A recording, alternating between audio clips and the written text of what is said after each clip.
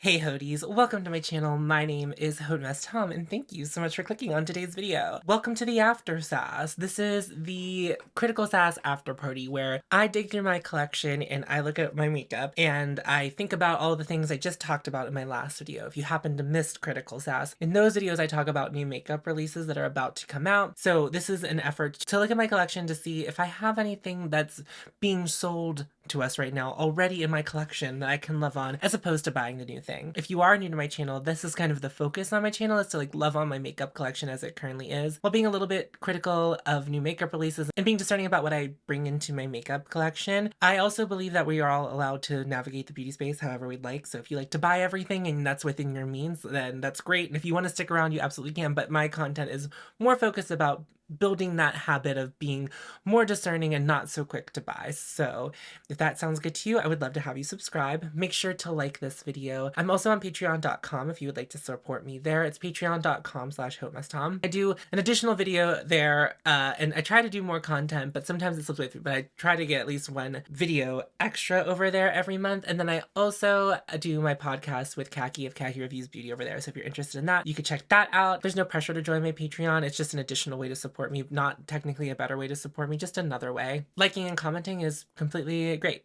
I have another podcast with my friend Tiffany. You can find that on Spotify and linked down below. It's a music podcast. It's really fun. And that's it. That's my whole intro. Let's get into it. This one's going to be a little bit weird. We'll talk about something whenever we get to the eyeshadow portion of this video, because I did actually edit out a whole thing that I had talked about in my video, but I felt like I wasn't speaking about it eloquently enough to actually leave it in. And I also feel like this might be a better place to have those conversations or talk about. I want to talk about it in this video because most of the people, like Critical Sass finds a much larger audience than my regular audience. And I would think I would rather have these conversations with my regular audience because I feel like you're going to be more willing and understanding with what I am discussing, as opposed to like a bunch of new strangers. Not if you are a new stranger, I welcome you here, but it's just like, you know, sometimes you're like, I don't know if in my video where more eyes are on it than my other videos. Anyway, okay, I also have some new stuff to play with today. I'm going to incorporate that into this after sass, but like that's not the point. So I'll talk about that as I use it. I'm going to reapply the serum balm from Make Beauty. Maria's Mariaing. She's really, I think she's in full bloom, you know? I feel like she's where she wants to be. Also, I really liked my look in Critical Sass. I wasn't so sure about it. And then as I was editing, I was like, this is kind of fun. My facial expressions looked pretty wild. This is a new thing. My friend Nicole, aka Majestic Beasts on Instagram, sent me this. This is the #1 de Chanel Red Camellia Skin. Sorry, like it's in French on this part of the bottle, but it's on the sticker on the bottom. So the Red Camellia Skin Enhancer in soft pink. So I'm not really sure what this is. I gotta be honest with you. So it pumps out this salmony, like it's this salmony color. So what Nicole said, Nicole didn't give us a good review and she passed it on to me very kindly. I had never heard of this product until Nicole offered it to me. You can kind of see there's like iridescent, maybe not, but in real life, IRL, you can see like this iridescent pink like sheen that comes with it. But one of the things that Nicole said is that it didn't feel like it was entirely mixed. It just feels like there's these shimmer particles stuck to the side unevenly. That's what it looks like. So it's this salmon color, and I think it's kind of like a liquid illuminator sort of thing, but it's like much thinner than like the Auric Gloss.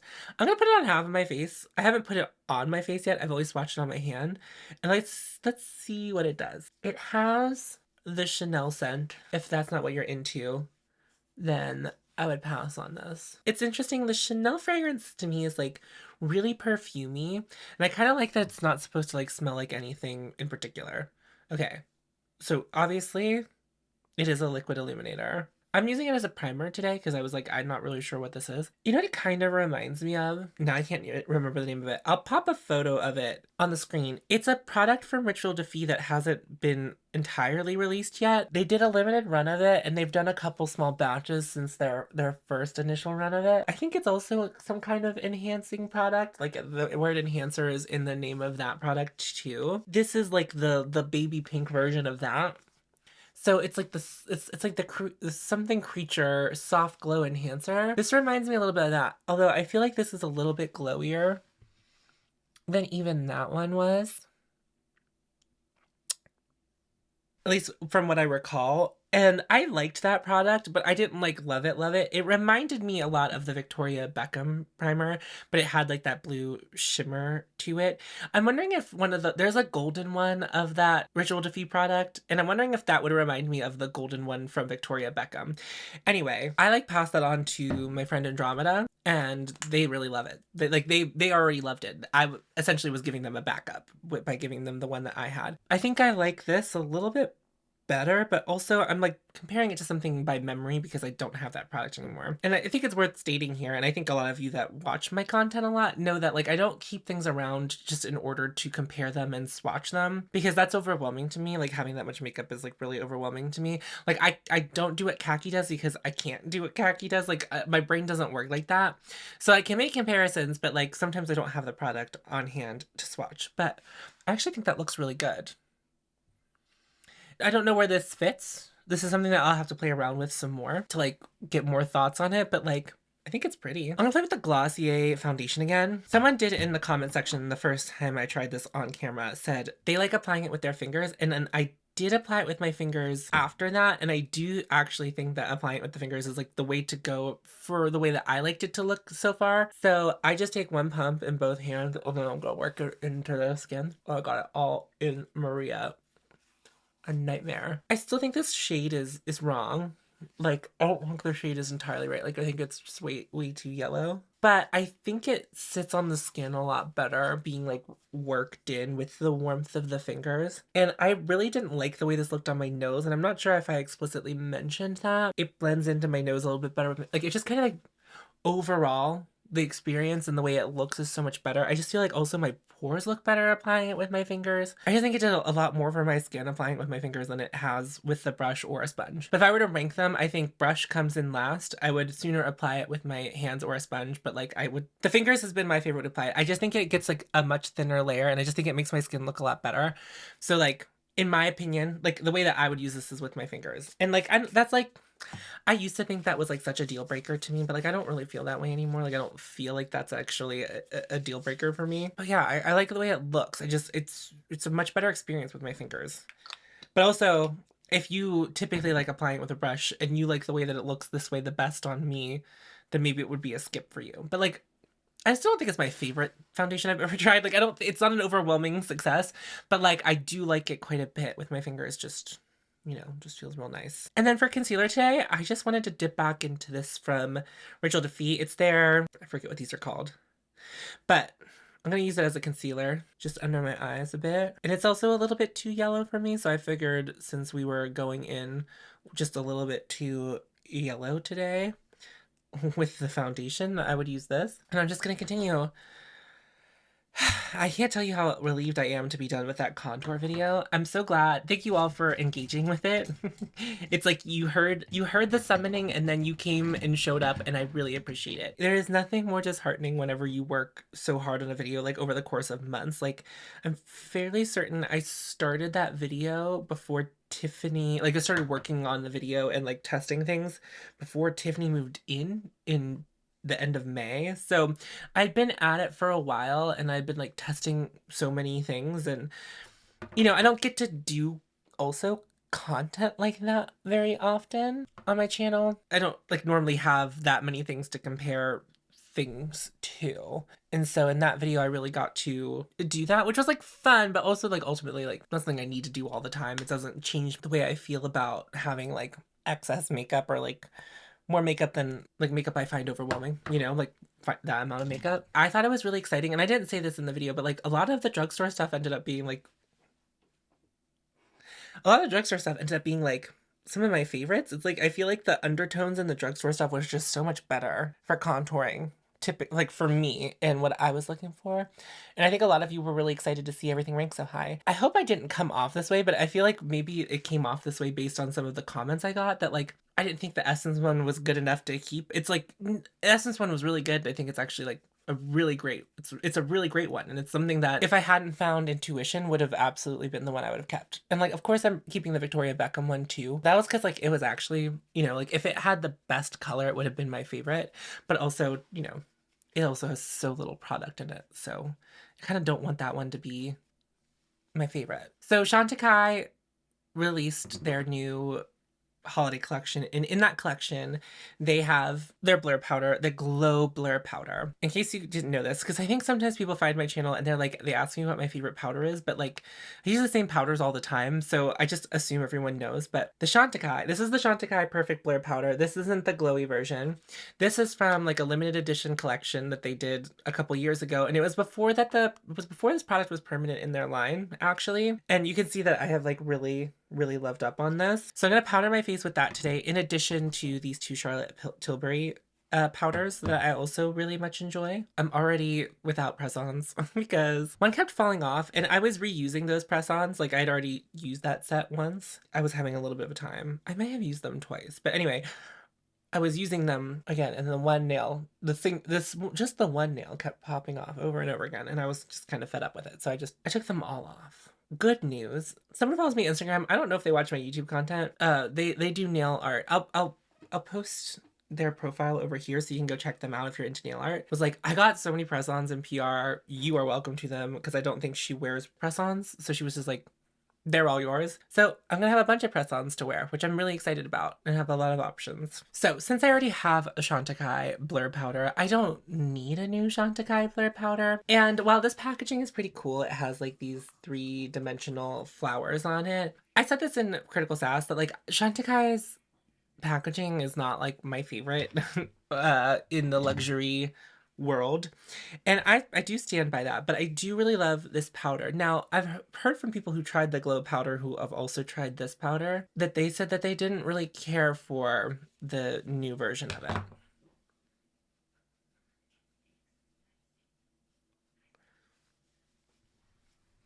But you can see it just adds like a little bit of like a bit of a filter. I said this in my video as well. I spent a lot of money on this. This was $82, I'm fairly certain.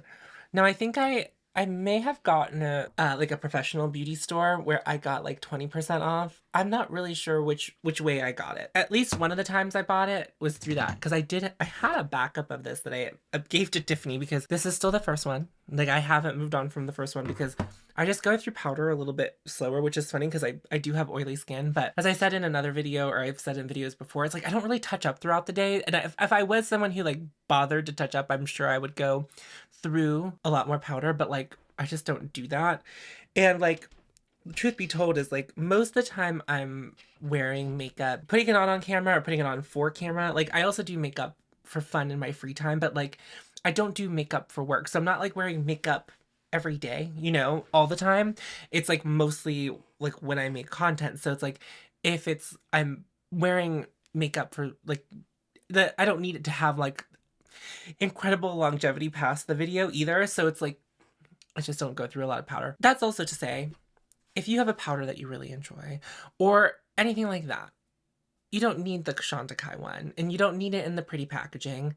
And honestly, I would recommend getting just the regular blur. Like if you were gonna go the route of buying a Chantecaille product, I would recommend the regular blur powder, because I can confidently say that it's a very good powder. I don't know anything about that blur powder, that glow blur powder, and in my head that sounds like really nice, but with the products that I use today, like with this as the base and then with the Glossier on top, it's just like I still feel like my skin looks really glowy even though I have I have 3 different powders on my face right now, and I still feel like my skin has like a nice beautiful sheen to it. So like you don't need any of those Chantecaille products to do that, and you don't need a glowy blur powder. So if you were gonna buy a blur powder from Chantecaille, just get the regular one. But also there are other blur powders at different price points. Pat McGrath has one. Someone recommended a CoverGirl powder. They said it was an exact dupe for this. I don't know what that product is off the top of my head. When I buy the Sisley powder, I'm also going to buy the CoverGirl powder, and we'll have like another battle of the blurs. Only true Hoties know about the battle of the blur. This the battle of the blur was like a video I did my first Christmas. Like I did Messmas, and in Messmas there was a battle of the blur, and it was this versus the Pat McGrath. Now, the only reason I don't like the Pat McGrath was just not my favorite. Imagine also if I still had both of them, I wouldn't be done with either one, and I probably wouldn't have this much pan in this one. I found that the Pat McGrath was a little more temperamental. Like I couldn't apply as much as I wanted of it. Like I feel like it would make my skin look dry a lot faster. It still did a really good job blurring. You just had to be like really careful with it. That's that on the powders. let's move on to bronzer. So it's not really bronzer season, but so I knew Nicole was sending me this, but Nicole also sent me the Gucci bronzer in the shade 1. I've heard a lot of good things about this bronzer, so I'm excited to use it. It smells like Gucci, which I don't like as much as I like the Chanel one. I like the Chanel scent when we're talking about ultra fragranced luxury products. I like the one from Chanel a little bit better. I don't know. There's something about Gucci scents that I don't really know. I really want to be rooting for Gucci because I kind of like what they do most of the time, but like nothing's been a true home run except for their lipsticks for me. And I also like, I don't know, how exciting is a lipstick? Anyway, the compact is very lovely. And I'm not gonna take away from it. Like it could be metal, like it could be something heavier, but I like interacting with this more than I liked interacting with the blush. Like it's just sizable. It's this beautiful blue. It's like really pretty. I don't love that they have this brush. I wish that that wasn't a thing. Anyway, this is my first time trying it. My hope is that it reminds me of Rosy Daybreak from Phytosurgeons. My goodness.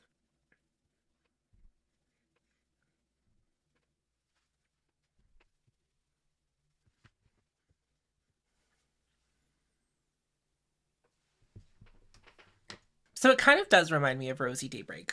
It's really subtle. It has a little bit of, it's like pretty rosy. I feel like it looks really organic on my skin. Sometimes whenever I put on bronzer like this, when it's kind of like actually a good bronzer for me, I'm like, shouldn't more be happening to my skin?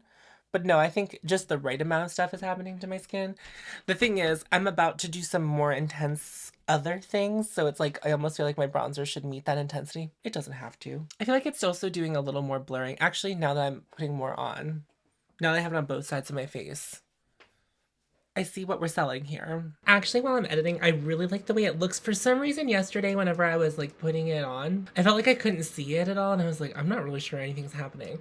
But it's very subtle, and it now looking at it in editing, it reminds me a lot of Rosy Daybreak from Phytosurgeons. I'll have to swatch them next to each other at some point. I don't do that in this video because it's not really what this video is about. That would be like something I would like to do in like a Let's Play with makeup, or like, you know, you'll in a declutter at some point you might see them swatch next to each other, but I don't do it in this video, so don't get your hopes up. I wish I found it more exciting to put on. I feel like also, you know, we're like not really we're heading out of bronzer season where I live, right? It's like we're heading into fall, so this will probably be really good as we head into even further into the fall. Not that like I'm someone who gets a lot of sun in the summer anyway, but even you know, like I think my preferences change when the seasons change too. Like I mean, I've been really into cool tones all summer, so this will also be a bronzer that will probably be very good whenever I'm doing cool tones if I want to throw on a bronzer, which you don't need a bronzer, but like I like this. I like the bronzer step. I like it. I don't know. I was expecting to love it more. Like it's definitely like really great to interact with. And of like I don't have a powder bronzer this shade. Back to Chantecaille.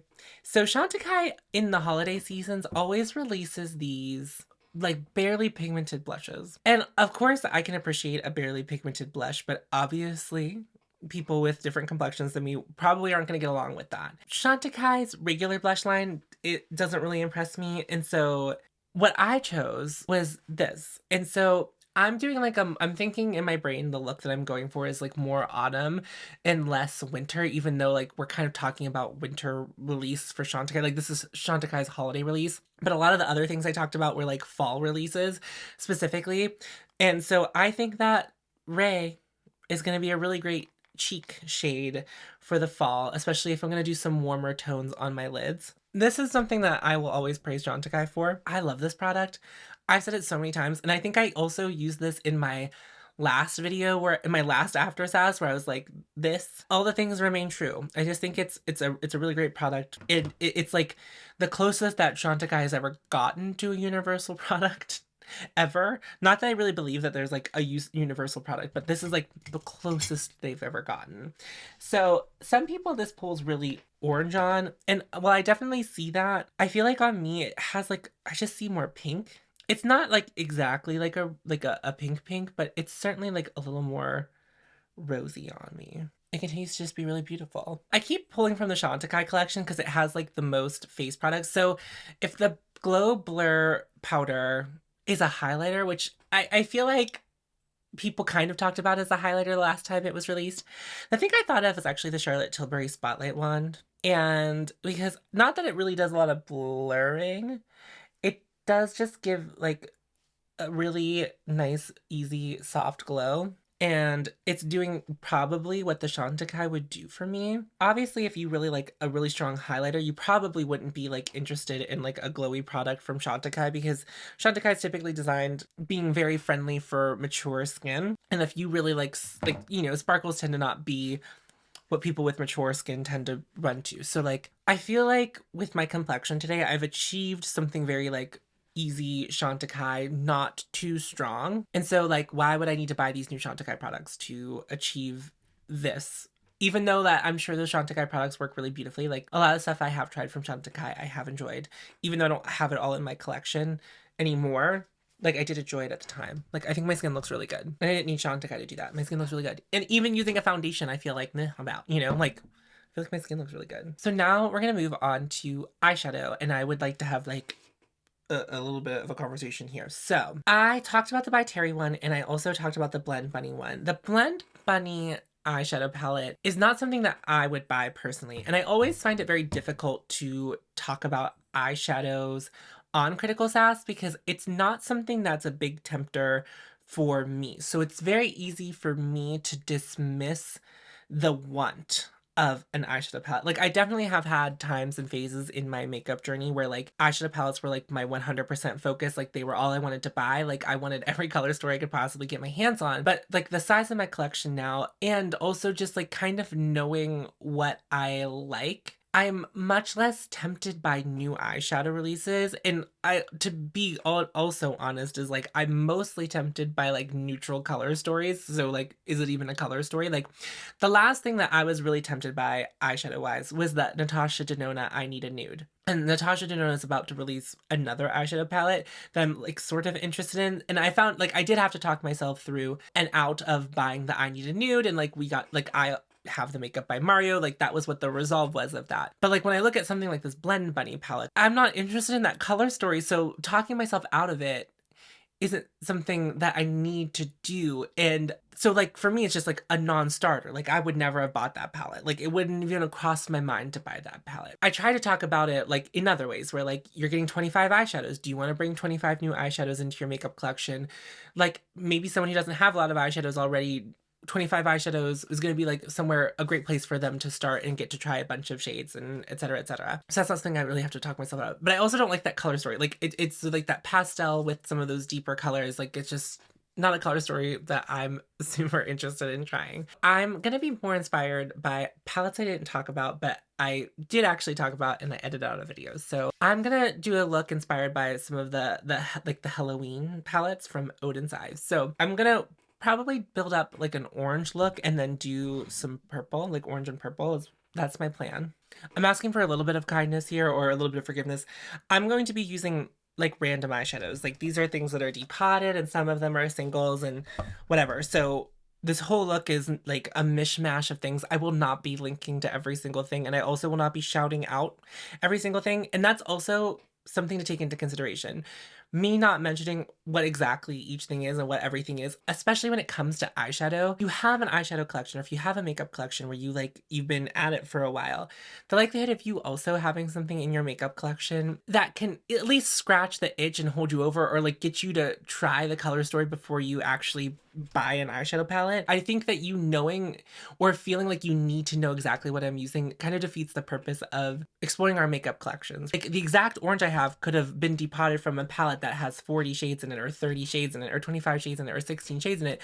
If you just want that one shade, then knowing what it is isn't really going to be helpful unless you already have that eyeshadow palette. As I build this eyeshadow look, if you are inspired by the look, look at your own collection and try to use what you have before trying to find the exact shade that I use. Okay, I'm gonna use the NARS Smudge Proof base just to get things going here. The Halloween palette, and Odin's Eye. So something that I've noticed as I continue to grow on YouTube is that a lot of people just watch YouTube and aren't on Instagram, or a lot of people don't engage with brands the same way that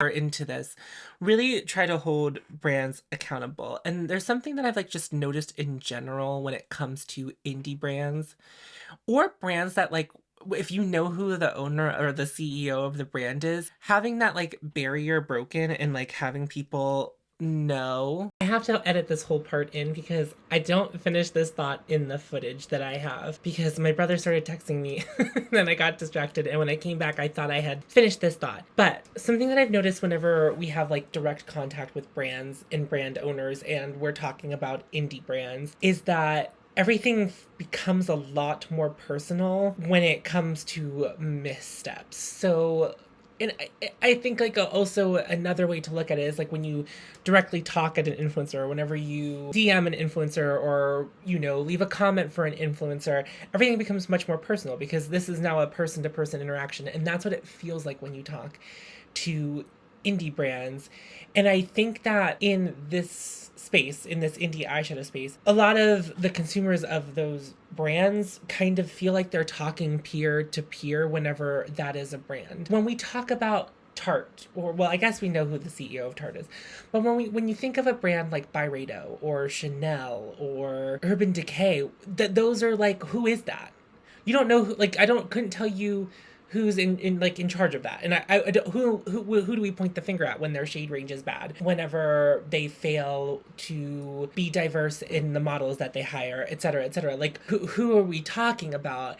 And when we DM them, those brands just ignore us. But whenever we talk directly to indie brands and whenever we see the way they behave, it's like we're holding 1 to 3 people accountable in these indie brands, and then like we don't have that same direct access to larger brands. And I also think that as a consumer of indie brands, we feel that what we say has more sway. And I'm not saying that we shouldn't be holding brands accountable. A lot of the times it feels like playing Minesweep whenever you're talking about indie makeup on your channel or on Instagram. For example, like I tried some Terra Moons last year and I enjoyed my Terra Moons eyeshadows. And then there was a whole debacle, which I'm not going to like get into here. That's like not the point of the conversation that we're going to have. They did some things that I didn't really care for, and then it like exploded into many things, but like it all felt so personal because it was so personal. And then it's like I recall, like I've never purchased from Beshi Beauty, but like I remember when Hannah tried it, like I'd never heard of that brand before, but then like Hannah also didn't seem to know this whenever she was talking about that brand, but whenever you look in the comments, everyone was like, "Oh my god, that's like a brand notoriously bad with customer service, etc., etc., etc." It just feels like you never know like what a larger opinion on indie brands is, but like talking about a brand like Urban Decay or something like that gets you into less trouble, even if they are doing the same shitty things that these smaller brands are doing. And I don't know what the solution is to all of this. I'm just telling you, like, this is a thing I've noticed whenever we're looking in the indie space. It feels unique unto the indie makeup space. So something that Odin's Eye has been criticized of in their past couple of launches is the lack of diversity in their promo imagery and in their swatches for launches. It kind of came up again. Now, what was interesting was when I was editing my video and I was going to try to find, there was this particular promo image going around where it was it looked like the same arm kind of 3 times in an image. Not like, I think Tarte did that or Becca did that, where they just like digitally altered. No, they were all the same skin tone, but like they were like in random part, like I don't know, it was just like arms everywhere. And I was trying to, when I was editing the video, I was trying to go back and find that image, and I couldn't find that image. And I don't know where it went. And then also something that I noticed when I went to the brand's page to talk about it is like, I feel like all of the imagery I had seen was like, it was like now a little bit different. Like, I don't know if they heard feedback or this was always their intention or whatever. But the brand has been kind of bad about that. And so the feedback that a lot of the community was kind of upset with was that they have been criticized for this time again.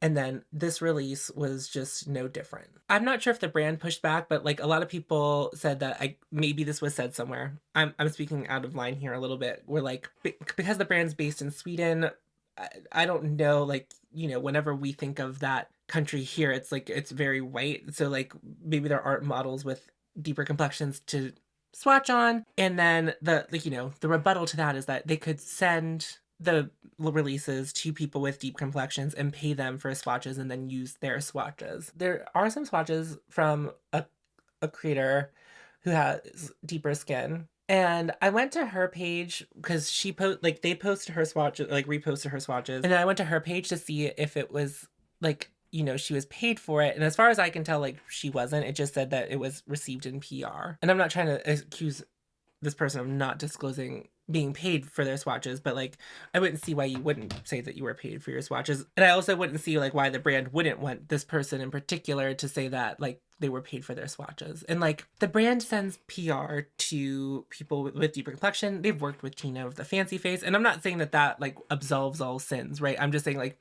there are examples of where like and I also feel like Odin's Eye formula, based on what I've seen, because I have seen people with all different complexions use their makeup, it looks really good. Like a lot of their eyeshadows look really good on all complexions. So it's like, it's not like their eyeshadows don't work on melanated skin. So it's like, why wouldn't you want to make sure that people with melanated skin can see that it works on their skin and then also buy it? Because you're just like losing out on sales in that way. So they were heavily criticized for that during the launch. In the playback of the footage, I realized that it sounded like I was trying to defend them by giving this example where they use this one influencer's swatches to demonstrate on deeper skin. I'm not trying to absolve them of any sins. I agree with everyone else's commentary that was happening on Instagram, where it was just like, we don't really know what's going on, and like you're not making it very clear, and there are also some very easy ways for you to remedy this, and like why aren't you remedying this? Because I don't want you to think that I fell on the side of like Odin's Eye, because you know I'm always going to be on the side of like consumers and what they feel as opposed to the brand. We are people with real feelings and real emotions, and their brands. And like even though that this is a smaller brand, it's still a brand, and like their end goal is making money, and like that's something that you have to keep in mind too. And so they can also make money and do the right thing. That was like one thing that I saw. And then another thing that I saw that kind of came up where people started receiving it in PR and they started posting their swatches, and then the brand was reposting people's swatches that were tagging them, like of people with all different complexions. It was a conversation I had never seen before. And it wasn't to do with like, it was more to do with when you use someone else's work as your like in a way. So I'm going to use myself as an example because I do this. So not the exact thing that the conversation was around, but like I do this thing. So for example, in my Critical Sass videos, I use the Instagram's like Trend Mood 1 makeup on my radar point click vibes, and I also use their imagery. Like I screenshot their images that they put together, and sometimes they collage it, and that's what I post in my videos because it is really easy for me to utilize their work to do the work that I'm going to do. Let's say that Makeup on My Radar posted a new Surratt launch, and I talk about it in Critical Sass. And Makeup on My Radar's images here. Like I've used their image, I used it from their Instagram, and I talk about the new launch. And then at the end of me talking about their new launch, I was like, if you are interested in it, I have an affiliate link and an affiliate code that you can use, and I give you my code. I really shouldn't be doing that, right? Because I'm using someone else's work, and then they did that work. I have found out about Surratt launches beforehand from the brand because they were sending it to me, but I'm just using that example because that happens to be a brand that I have affiliate links for and a promo code for. That's why at the beginning of my videos, I do encourage you to follow all those accounts because they are doing work that I'm not doing. And those people that run them, not really Trend Mood, but like Point Click and Makeup on My Radar, they have both been banned from Instagram before for like sneak peeking something that they shouldn't have, but like Trend Mood also posted it. Anyway, there's a lot that goes on in all of this. Anyway, so I always encourage you to follow those accounts and support those accounts. And I have been adding recently, like use their promo codes if they have them. I don't have very many promo codes, so it's like it hasn't come up, but like I do encourage you.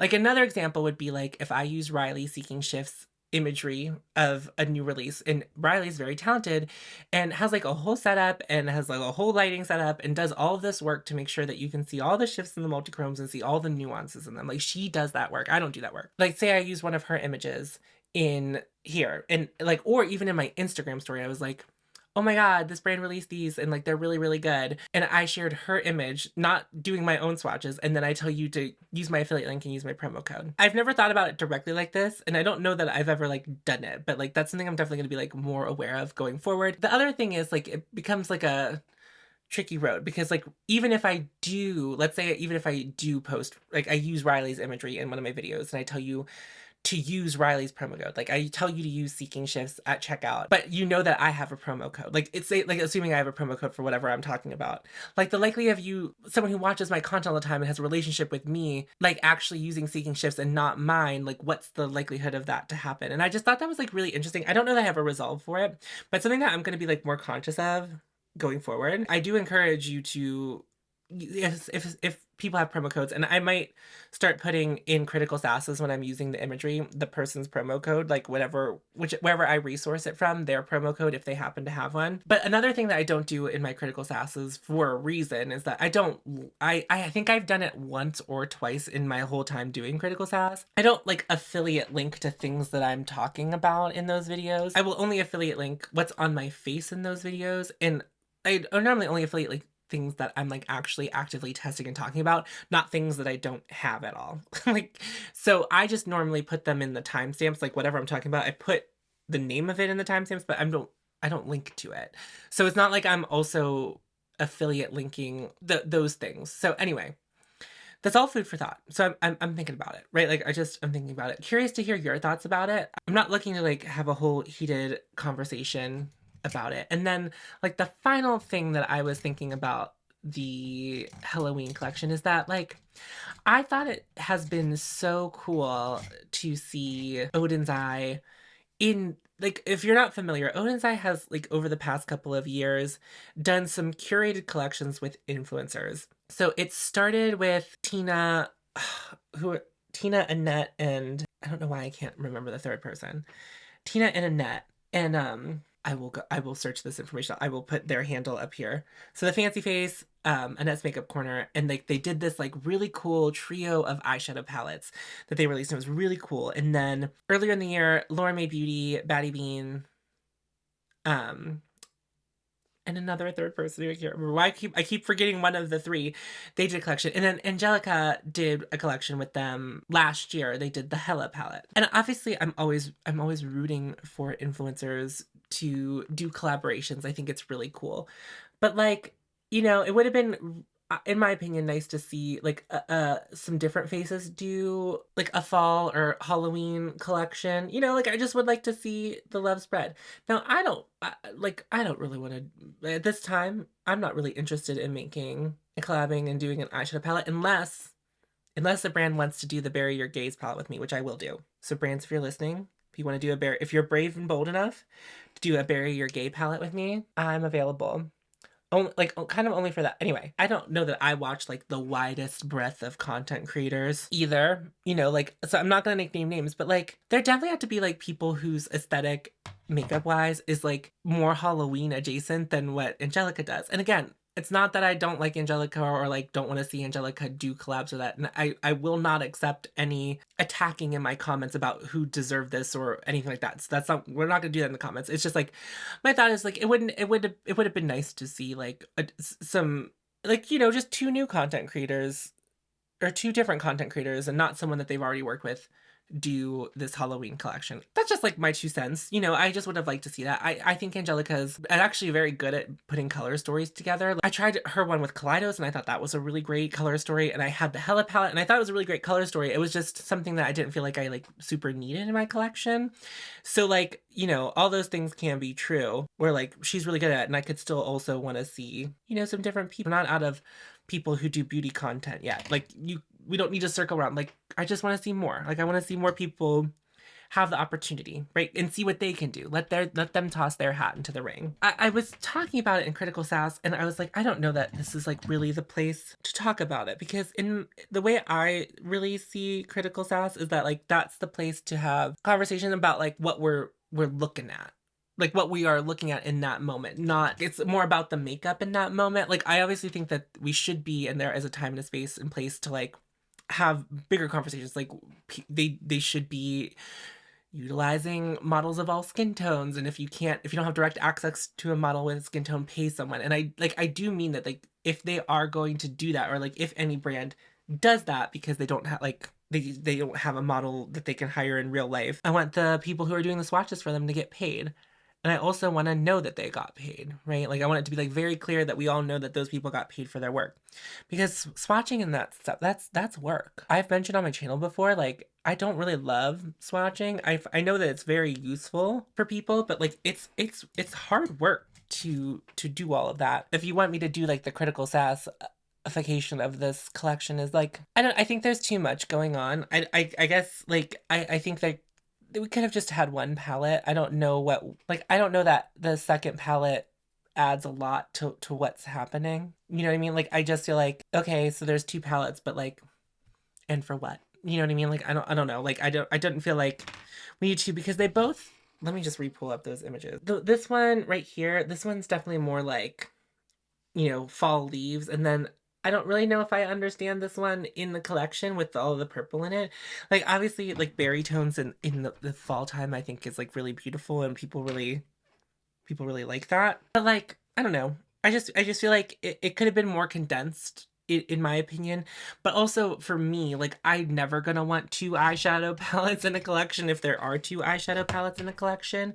So that's just gonna kind of miss me anyway. And like, this kind of colorful, bright stuff is like, it's fun to do for me occasionally, but like, this isn't where my, like, my love of makeup comes from at this point. Like, I definitely like it and I really appreciate it, and I think these are really fun looks to do, like, with what those palettes could do. Like, that'd be like, those are gonna be like really fun looks, but like, that's not what I'm using all the time. It's not even like my preferred thing to use, and like, I have it in my collection if I want to do it. Like, I'm doing it right now. This is pretty bold for me. I haven't done look this intense in a while. I also haven't done an eye shape this big in a while either. So yeah, so what we have going on so far is obviously like kind of a sunsetty eye. So I was inspired by the oranges in these Halloween palettes. I know that there's two, and I don't really know the names, and I don't know which one's which, but, and then I'm gonna do like a deep purple shimmer.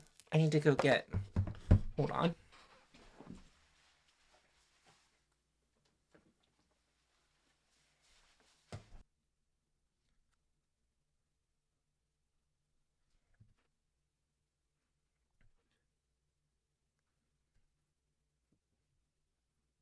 I might do some eyeliner work too to kind of bring this all together.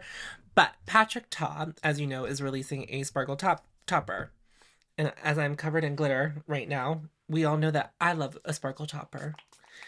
I do. And even though the shade that I have on my lid is pretty sparkly, I haven't used the shade in a while. And I forgot how much of a punch it really packed. It's actually a really pretty purple. You know what's so funny is that, like, I've been loving cool tones, but I haven't been wearing like a lot of purple. I was gonna take Ice Blink out, but I think Ice Blink, well, let me find Ice Blink.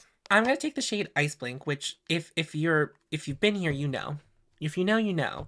Ice Blink is like my favorite eyeshadow shade ever, and it can be applied sheerly like a topper. That's kind of my favorite way to apply it, and it's gonna take this pretty icy, and I kind of like the idea of the contrast of the purple, but like, I also have so many things that I could use, and I already mentioned this, like, I have so many things that I could use as a sparkle topper. I don't need the one particularly from Patrick Ta. Now, do I think it's going to be really beautiful? Do I think that it looked really beautiful in the images I saw of it? Yeah, I do. But also, Ice Blink makes my heart pitter-patter every single time I use it. I mean, just like, look what it did.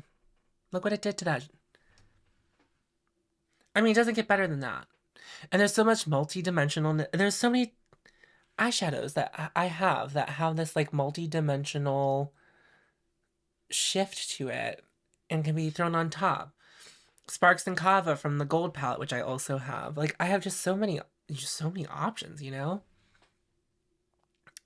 Cool. I am gonna do some eyeliner off, well, I'll show you, it'll be fast, but I'm not gonna talk through it because I need to focus. Very vulnerable here and tell you that I hate the way this eyeliner turns out, and I actually thought about scrapping this whole video because of this eyeliner. The eyeliner, I don't want to see discussed positively or negatively, I just don't want to talk about it. So, So, for lips, I'm fairly certain the product I'm about to talk about is a pH adjusting product, but I don't think it actually works. And it is the shade Maraschino. So in Critical Sass, I talked a lot about how I hate pH adjusting products. Now, this might not be. I think I just like heard that it was. The thing is, it doesn't really do anything. It does, like, it looks so bold and red in here, and that's it on my lips. It doesn't really turn colors. I think it gets like maybe a little bit more pink, but so I stand by it. Like, this is also the Merit Lip Gelée, the lip shades like Gelée and Maraschino. That's the look. I've actually been filming this look for a very long time, and I am ready to go. So I hope you enjoyed this after sass. I feel like it was much less after sassy than the last one, but a bunch of stuff released after I filmed it that I'm interested in talking about in the next Critical Sass. So we'll have a lot more to talk about and a lot more to talk myself out of, because there's actually a couple releases that I'm interested in that have come out since I filmed my Critical Sass. Anyway, if you happen to be new here and you enjoyed today's video, I would love to have you subscribe. Make sure you like the video, and I'm also on patreon.com if you'd like to support me there. Anyway, remember to follow your hope, and you'll find me. I'll see you in a video very soon. Bye-bye.